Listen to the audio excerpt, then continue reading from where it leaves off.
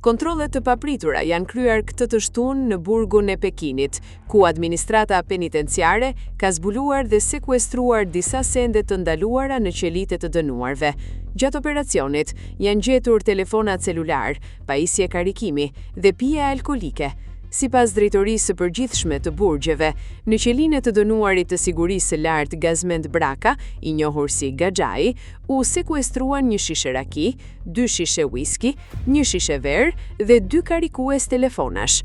Autoritetet theksojnë se Brakës i janë gjetur edhe më parë telefona celular, çka i kishte sjell një vit shtesë dënimi, ndonse ai vuan burgim të përjetshëm.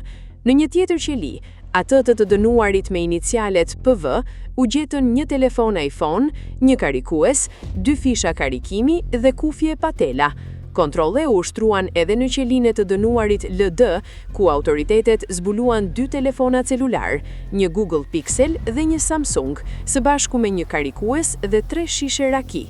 Të gjitha sendet e sekuestruara janë marrë nga autoritetet, ndërsa ndaj të dënuarve pritet të merren masa disiplinore sipas rregullave të burgut.